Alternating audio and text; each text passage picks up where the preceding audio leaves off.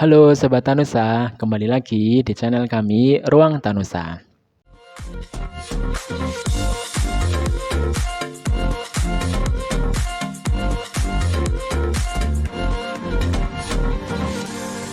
Nah, pada kali ini kami akan berbagi tips lolos tes substantif PPG Prajabatan, yang mana berdasarkan informasi yang kami peroleh dan pengalaman mengikuti PPG Prajabatan gelombang 3 tahun 2023. Jadi masih gelombang terbaru ya, gelombang terakhir yang terbaru kemarin.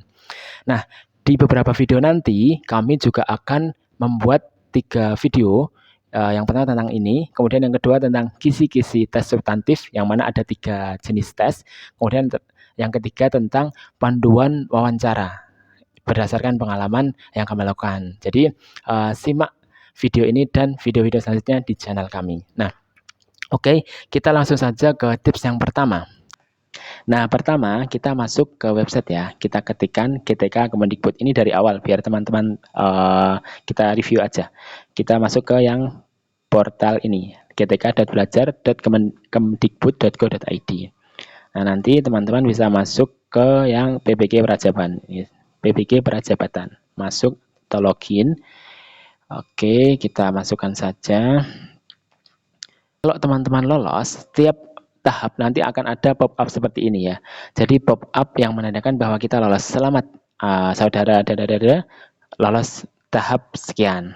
Juga ada beberapa tambahan menu. Kan kalau masih baru tes administrasi itu baru ini daftar modul tahap 1. Nanti kalau udah lolos ke administrasi menuju substantif, nanti ini ada menu baru daftar modul tahap 2. Nah, kita klik. Ini nanti akan ada informasi, lokasi, dan waktu. Nah, ini tidak langsung muncul ya teman-teman ya. Kemarin saya itu pengumuman tanggal 14. Ini setelah saya cek secara berkala, munculnya sekitar tanggal 17. Nanti jadi teman-teman juga cek secara berkala di websitenya masing-masing. Di websitenya masing-masing. Kalau udah muncul, ada lokasi, kemudian ada hari, dan sesinya tanggal berapa itu. Dan ini juga ada Google Maps-nya, link Google Maps-nya. Ini untuk yang tes untuk tips yang pertama. Nah, setelah kita mengetahui tempat, lokasi, dan waktu tes kita masuk ke tips yang kedua, yaitu survei tempat. H-1 atau H-2, teman-teman bisa survei tempat ke masing-masing lokasi yang sudah ditentukan. Karena ini untuk kemarin saya sendiri itu survei H-2. Tapi pada saat hari H, ternyata gedungnya itu ganti. Jadi bukan hanya ruangan, tapi ganti gedung. Nah, alhamdulillahnya 1,5 jam sebelum ujian saya sudah di lokasi. Jadi bisa bertanya ke petugas atau ke mahasiswa setempat mengenai gedung yang lokasi baru itu. Nah, nanti teman-teman juga untuk survei tempat ini perlu ya. Dan untuk hari H nanti teman-teman diminta membawa KTP dan juga kartu ujian yang sudah di-print nanti untuk ditandatangani oleh pengawas ujian. Kemudian teman-teman juga diminta datang sebelum 1 jam ya, jadi 1 jam sebelum ujian. Nah, ini tujuannya bukan untuk kedisiplinan semata ya, jadi untuk psikologi kita agar lebih tenang dan agar lebih siap untuk mengikuti tes. Jadi kalau sudah datang kemudian sudah menenangkan diri atau sudah mungkin review-review singkat, nah itu akan membuat psikologi kita itu lebih tenang dan lebih siap. Nah, oke. Lalu untuk tips yang ketiga itu jangan panik terhadap kendala-kendala teknis. Jadi tidak bisa dipungkiri kapan kita itu terdapat kendala teknis. Yang mana satu ruangan kemarin saya itu ada 2 jenis kendala teknis. Yang pertama keyboard. Jadi keyboardnya itu tidak bisa diketik sama sekali. Sebagai informasi, kalau kita sudah masuk ruangan, itu nanti kita akan dihadapkan layar masing-masing, komputer masing-masing, yang mana sudah masuk ke halaman awal untuk tes. Nah, halaman awal nanti ada kode yang akan dimasukkan. Nah, kode ini kita masukkan dari pengawas, kita dapat dari pengawas. Nah, kemarin ternyata teman saya itu tidak bisa memasukkan sama sekali.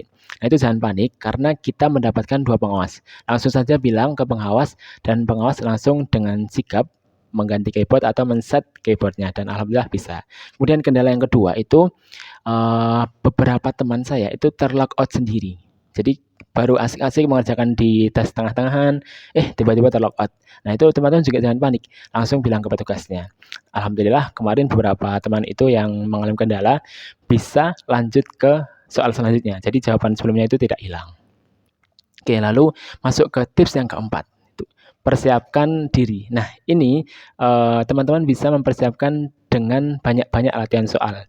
Nanti ada 3 tes, tes konten berdasarkan prodi masing-masing, kemudian tes literasi yang mana itu mengenai bagaimana kita mengungkapkan atau menganalisis suatu literasi atau suatu grafik atau ilustrasi.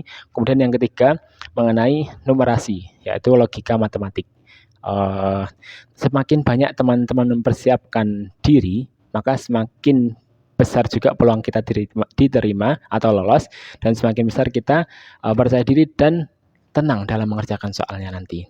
Nah, jangan lupa setelah video ini kami juga akan membuat video tentang kisi-kisi, terlebih lagi jurusan pendidikan luar biasa. Tapi ini bisa digunakan untuk teman-teman yang lain karena untuk literasi dan numerasinya. Untuk tes kontennya mungkin mirip-mirip logikanya. Misal untuk pemahaman ini, terus kemudian tes mengenai pemahaman aspek tertentu. Nah, itu nanti kita simak di video selanjutnya. Nah, kemudian tips yang terakhir, yang kelima, itu pahami sistem atau pahami model tes yang dilaksanakan PPG gelombang sekarang ya. Karena pada gelombang 3 saya itu berbeda dengan yang gelombang sebelumnya. Gelombang sebelumnya itu tes konten 90 menit waktunya, sedangkan gelombang saya itu 110 menit. Nah, selain itu juga di gelombang sebelum saya itu nanti kan kita pas mengerjakan soal itu ada nomor-nomor ya, nomor dan jawaban yang sudah kita isi. Jadi yang sudah terisi nanti kalau tidak salah warna apa gitu, kemudian yang belum warna apa gitu. Nah, itu nanti di bawah sendiri ada tulisan selesaikan ujian atau selesaikan tes gitu.